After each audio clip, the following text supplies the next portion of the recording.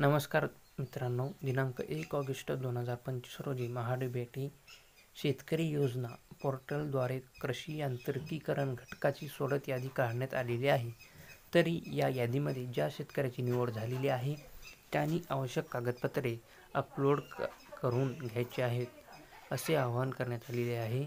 महाडीबीटी सोडत यादीमध्ये लाभार्थ्याची निवड झालेली आहे त्यांनी महाडीबीटी पोर्टलवर फार्मर ID 712 होल्डिंग, निवड झालेल्या यंत्राचे कोटेशन आणि टेस्ट रिपोर्ट तसेच ट्रॅक्टर सहित अवजारे असतील तर निवड झालेल्या व्यक्तीचे RC बुक अपलोड करावे लागते. त्यानंतर पूर्वसंमती आणि पुढे अनुदान रक्कम अदा करणे असे टप्पे महाडीबीटीमध्ये आहेत.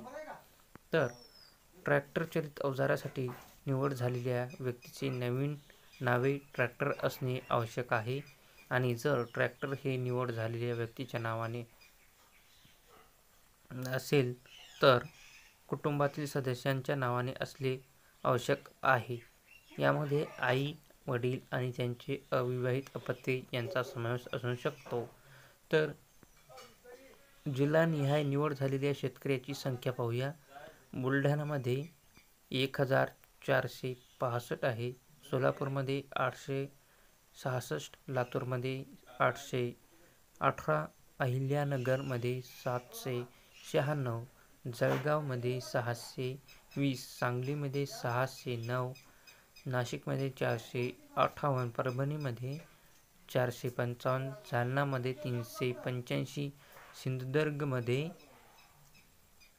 324, धुळे येथे 317, यवतमाळ येथे 314, भंडारात 290, पुणे येथे 169, नांदेड येथे 262, सातारामध्ये 233, चंद्रपूरमध्ये 226, गोंदियामध्ये 216 आणि हिंगोलीमध्ये 152, वर्धामध्ये 151, धाराशिव येथे 127, बीडमध्ये 189, कोल्हापुरात 85, नागपूरमध्ये 84, छत्रपती संभाजीनगरमध्ये 54, पालघर येथे 50, रायगड येथे 42, ठाणे येथे 39, नंदुरबार येथे 35, अमरावतीमध्ये 25, वाशिम येथे 21, अकोला येथे 17, रत्नागिरी येथे 12, गडचिरोलीमध्ये 1 अशी शेतकऱ्यांची निवड झालेली आहे.